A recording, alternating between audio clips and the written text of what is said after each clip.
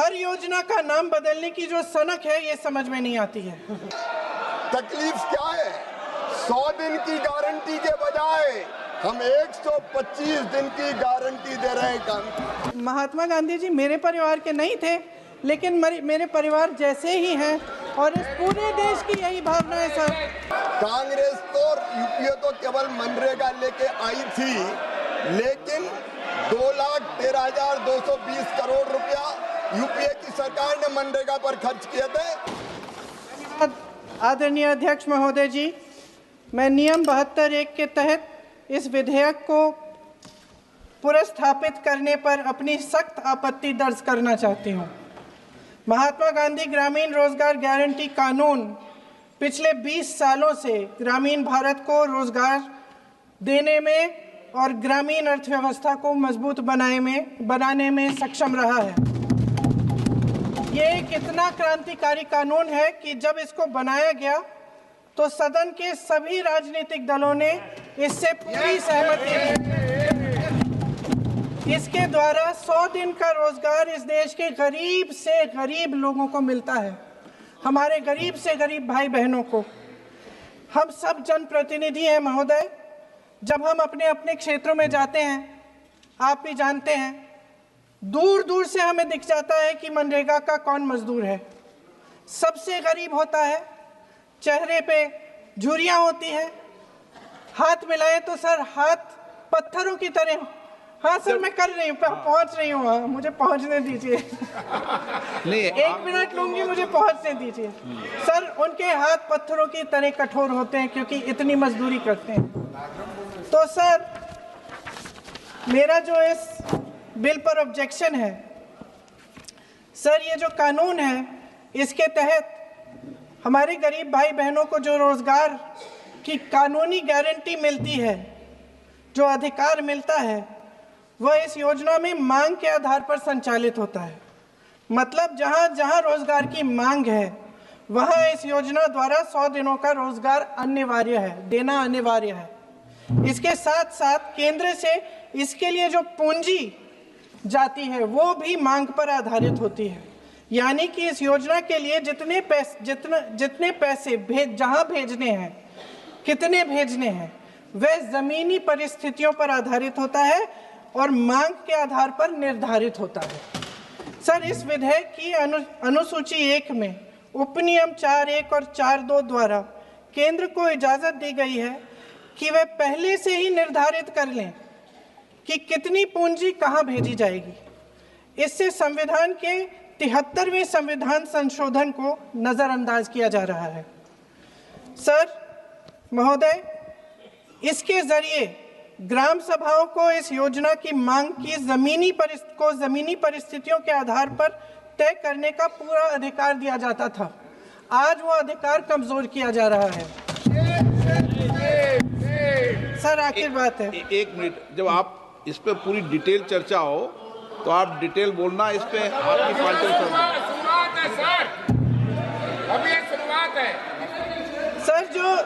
Sir जो हमारे संविधान की जो मूल भावना है कि हर एक व्यक्ति के हाथों में शक्ति होनी चाहिए, वही मूल भावना पंचायती राज में है और उस मूल भावना के विरोध है ये जो अधिनियम जो ये विधेयक आ रहा है।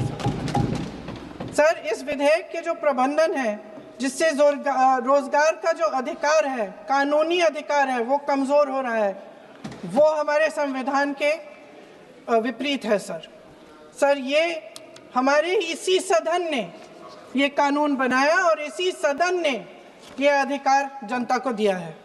ओके। सर एक और है सर, महात्मा गांधी मनरेगा में 90% अनुदान केंद्र से आता था। इस विधेयक द्वारा ज्यादातर प्रदेशों में अब 60% आएगा, इसको घटाया गया है। ओके। सर इससे प्रदेशों की अर्थव्यवस्था पर बहुत भार होगी और खास तौर से ये वे प्रदेश जिनकी अर्थव्यवस्था पहले से ही केंद्र की ओर से जीएसटी के बकाये के इंतजार में है। ओके, माननीय सदस्य। हो गया। सर इस विधेयक द्वारा केंद्र का नियंत्रण बढ़ाया जा रहा है और जिम्मेदारी घटाई जा रही है। सर, जो 100 दिन का अधिकार आपने 125 करने की बात की है, लेकिन इसमें वेतन की बढ़ोतरी, आपकी जो मजदूरी की बढ़ोतरी है, इसकी कोई बात नहीं है।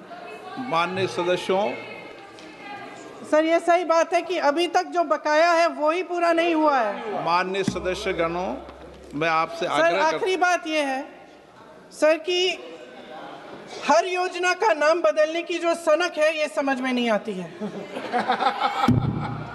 सर, जब ये किया जाता है, तो सरकार केंद्र को पैसे खर्चने पड़ते हैं। माननीय सदस्यों, मैं आपसे आग्रह करता हूं, ये सर,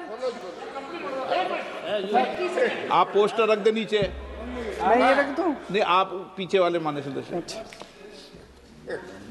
आप 72 में नियम में विरोध कर दें आप।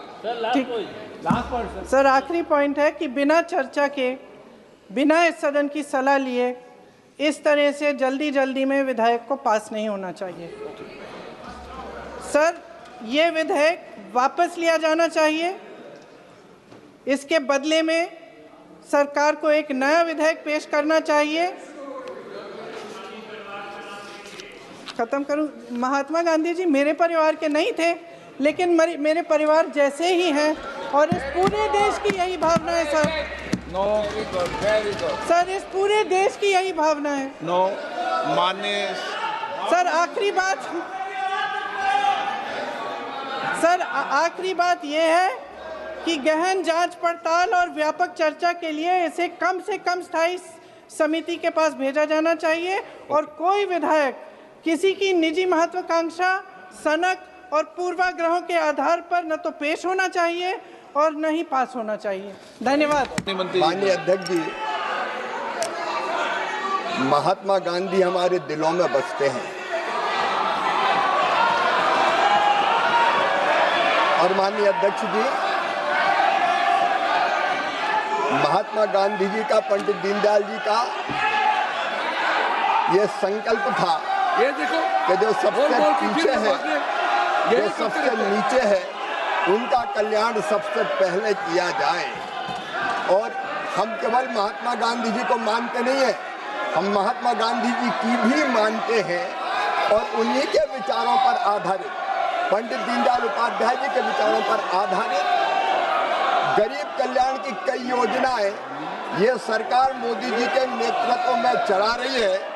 और जहां तक मनरेगा का सवाल है, माननीय अध्यक्ष जी, कांग्रेस तो यूपीए तो केवल मनरेगा लेके आई थी, लेकिन 2,13,220 करोड़ रुपया यूपीए की सरकार ने मनरेगा पर खर्च किए थे। हमने 8,53,810 करोड़ रुपया गरीबों के कल्याण के लिए खर्च किए, और इस योजना को और मजबूत करने की कोशिश की। और आज भी माननीय अध्यक्ष महोदय, तकलीफ क्या है? 100 दिन की गारंटी के बजाय हम 125 दिन की गारंटी दे रहे हैं। 125 दिन की गारंटी देने का काम कर रहे हैं, और केवल ये गारंटी कोरी नहीं है माननीय अध्यक्ष महोदय, उसके लिए 1,51,282 करोड़ से ज्यादा रुपए की राशि का प्रावधान किया गया है। माननीय अध्यक्ष महोदय, इसके पहले कई रोजगार की योजना आई। एक योजना का नाम था जवाहर रोजगार योजना, बाद में कांग्रेस ने जवाहर रोजगार योजना का नाम बदल दिया, तो क्या पंडित जवाहरलाल नेहरू जी का अपमान हो गया? माननीय अध्यक्ष महोदय, हमारा संकल्प है गरीब का कल्याण, और इसमें उसी संकल्प को पूरा करने का हमने प्रयत्न किया है। न केवल गरीब का कल्याण, बल्कि उसके साथ गांव का संपूर्ण विकास, जो महात्मा गांधी कहते थे, एक स्वयंपूर्ण गांव, एक स्वावलंबी गांव, एक विकसित गांव का निर्माण, इसका प्रावधान इसमें किया गया है। और केवल प्रावधान नहीं, माननीय अध्यक्ष महोदय, हमारी केंद्र सरकार इस पर 95,000 करोड़ रुपए से ज्यादा की राशि अभी खर्च करने का काम करेगी और हमने ये भी तय किया है माननीय अध्यक्ष महोदय, ये गरीबों के कल्याण के लिए कई बार बजट का असामान्य वितरण होता है, समान वितरण नहीं होता। कई पंचायतें विकास में पीछे रह जाती है और इसलिए इसमें पंचायत का ग्रेडेशन करके जो अविकसित पंचायत है, कम विकसित पंचायत है, उनको ज्यादा काम देने का प्रावधान भी किया है। माननीय अध्यक्ष महोदय, मैं ये मानता हूँ कि ये जो नया बिल हम लेके आ रहे हैं, वो नया बिल गांव का संपूर्ण विकास करेगा। शरद पवार जी, माननीय अध्यक्ष महोदय, जब केंद्रीय कृषि मंत्री थे तब उन्होंने ये कहा था कि कृषि कार्यों के लिए, मनरेगा के काम के लिए मजदूर नहीं मिलते। हमने तो शरद पवार जी की उस चिंता का भी समाधान करने का प्रयास किया है और इसलिए मैं विस्तार से जब इस बिल पर चर्चा होगी तब अपनी बात कहूंगा, लेकिन मैं फिर दोहरा रहा हूं कि बापू हमारे दिलों में बसते हैं, उनका हम पूरा सम्मान करते हैं और बापू ही कहते थे राम राज, राम हमारे रोम रोम में रमे हैं, राम हमारी हर सांस में बसे हैं, बिना राम के ये देश नहीं जाना जाता। पता नहीं क्यों जी राम जी नाम आ गया तो ये भड़क गए। महात्मा गांधी स्वयं राम राज्य की स्थापना की बात करते थे और उनके अंतिम शब्द भी हे राम थे। बापूजी का पूरा सम्मान करते हुए राम राज की स्थापना मतलब दैहिक दैविक भौतिकता का राम राज काहू नहीं व्यापा, हर गरीब को भरपूर रोजगार मिले, उसकी गरिमा को सम्मान हो, दिव्यांग, बुजुर्ग और महिला, अनुसूचित जाति, जनजाति, उनको और प्रोटेक्शन दिया जाए, इसके लिए ये बिल लेके आए हैं। 125 दिन की गारंटी है, गारंटी, ये कहीं पर कमजोर नहीं हुई। उस गारंटी को हम पूरा करेंगे, गांव का संपूर्ण विकास भी करेंगे और कृषि और मजदूरी दोनों में संतुलन स्थापित करने का काम करेंगे।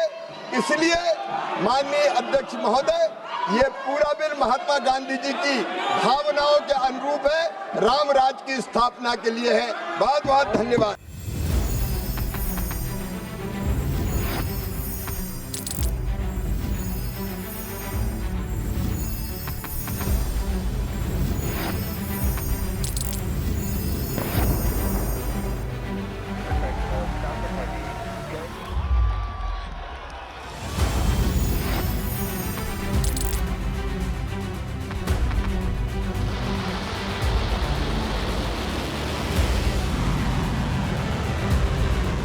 Been fighting so long and so hard that they don't know what the they're doing.